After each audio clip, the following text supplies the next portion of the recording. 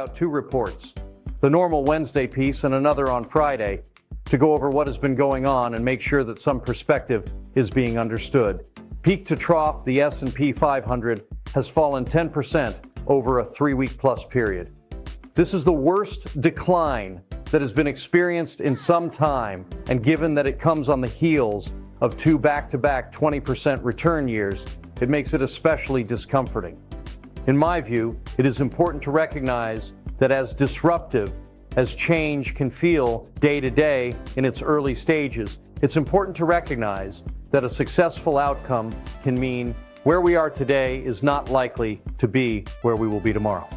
The process of addressing problems and making progress is seldom, if ever, a smooth and easy road to travel. Reality bites and bites hard when material changes are involved to address things such as a need for a change in the scale of government in size and cost that's originally sourced in long-accepted bipartisan practices. For this reason, the tariff noise needs to be quantified with the long-term effect of giving them the attention they deserve. In reviewing the markets, there seems to be a changing of the guard. The large growth leaders, often affectionately termed the Magnificent Seven, have gone from leaders to laggards. Does this mean that they are done growing as they have been, or something else?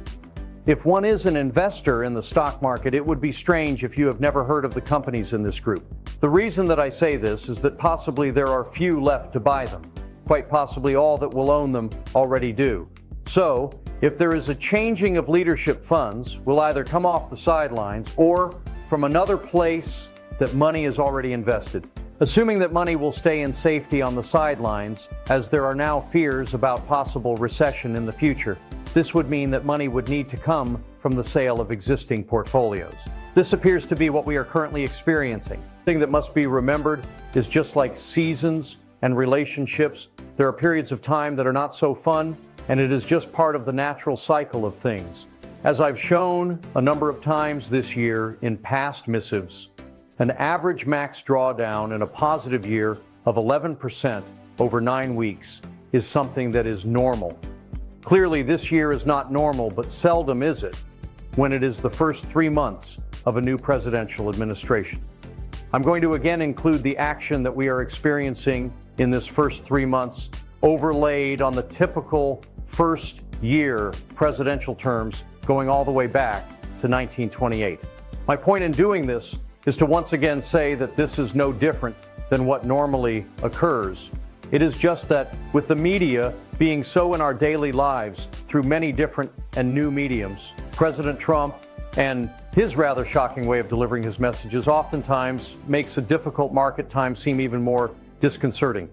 Looking at this chart and paying attention to time and scope of this pullback leads us to believe that the majority of this correction's downside has been achieved in terms of magnitude, not necessarily in terms of duration. I say this because if this correction were to have much deeper decline left in it, normally there would have to not only be terrible recessionary economic conditions in place, but there would also need to be virtually no room for the Fed to assist in the form of either additional quantitative easing or simply lowering interest rates, which tends to be almost immediately stimulative to the economy.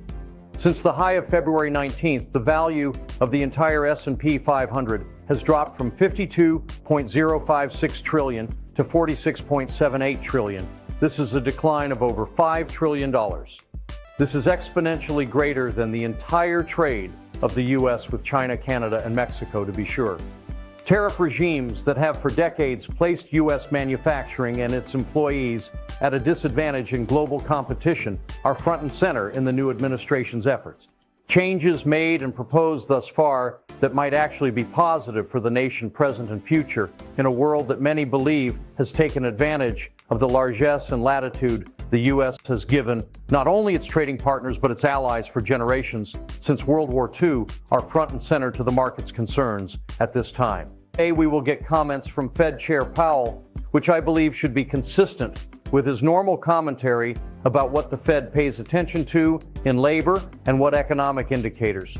I don't expect him to cut rates this week, but I do expect him to give very candid commentary on the current status of the labor market and current inflation readings. With the markets showing a recognizable bounce on Friday for no reasons other than the rubber bands seem to be stretched, I wanted to address some notable signals last week that tend to be road markers and a typical end of a digestive period.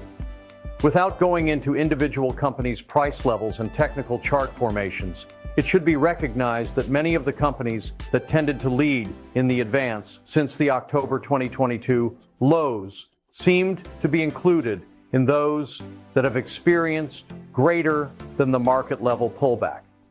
Also included is the Investors Intelligence Sentiment Report showing bearish respondents, 34.5%, outnumbering those that are bullish, 27.6%, for the first time since October 2022.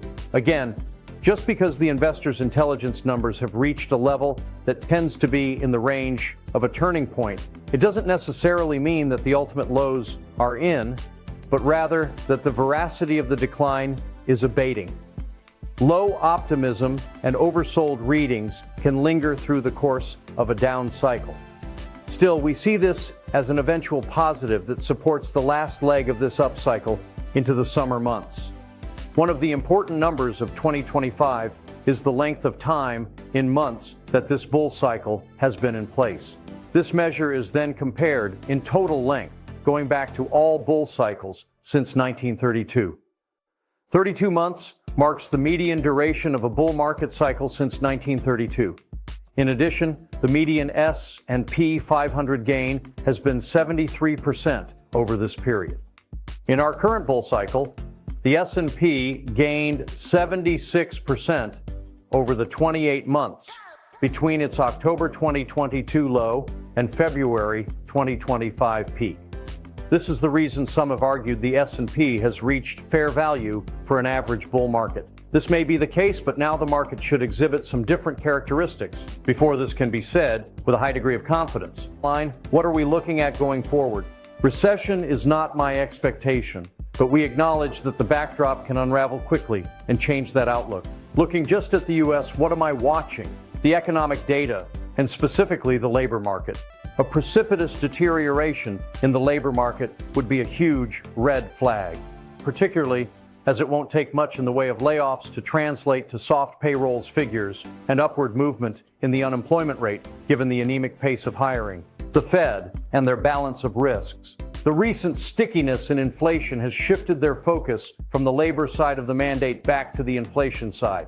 Persistent uncertainty with respect to trade policy is keeping the Fed sidelined, leading to further passive tightening. Watch for this shift in Powell's language and/or the verbiage he uses. Corporate earnings commentary revisions. Prices lead earnings, but markets have a habit of overreacting. But if earnings begin to roll over, then we have a bigger problem. A pause or delay is very different than a deterioration. Trump policy pivot. The market desperately wants the Trump put to emerge. And this likely means softer rhetoric on the tariff front, as well as Doge. We could see a softer tone on tariffs emerge. If the market were to bounce, it either bounces to a new overall high in the markets, which would reset the entire time period measurement, or it would try to go up, lose internal strength, and then go back down. This is where things get interesting.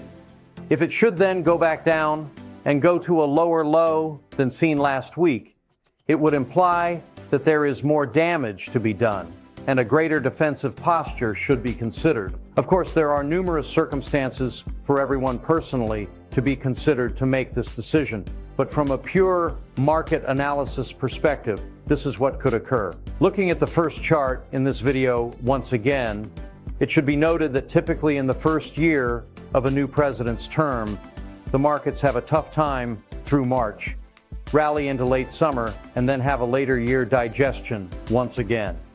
This would rhyme with what happened in 1990, according to Ari Wald. According to Ari, if the 2025 market should resemble the 1990 market, the low that we experienced thus far would be a temporary low, to be followed by a steady climb to a new high and then a new lower low into October or maybe the first quarter of 2026.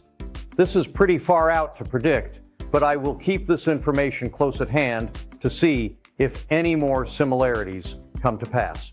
At present, the market has corrected. It is attempting to stabilize. The question becomes, on the bounce higher, where could the market run into additional selling pressure? We will pay close attention to interest rates, economic data, and commentary, and of course what Fed Chair Powell has to say this afternoon. Lastly, stocks fell 10% in 20 calendar days. This is the fifth fastest ever in the past 75 years. We think stocks have overreacted to the downside. This is also evidenced by looking at the 6 precedent cases where stocks fell 10% in less than 20 days since 1950, February 2028 days, COVID. August 2nd, 2018, 13 days, trade war 1.0. October 11th, 1955, 18 days, Eisenhower heart attack. June 29th, 1950, 17 days.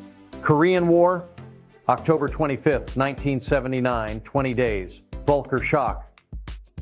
October 27th, 1997, 20 days. Asian financial crisis. Each of the above was a fire-ready aim moment, especially the start of the pandemic. At that time, equities fell 10% in only 8 trading days. As shown here, the stock market was higher 1 month, 3 months, 6 months, and 12 months later. 5 of 6 times higher 1 month later, except COVID. 6 of 6 times higher 3 months later, median gain 9%. 6 of 6 times higher 6 months later, median gain 15%. 6 of 6 times higher 12 months later, median gain 21%. Only time will tell, but we will be here at the ready to take advantage of opportunities as we see them arise. We will also seek safety should we feel there is a lengthy storm on the horizon. As always, please contact us if we may be of assistance.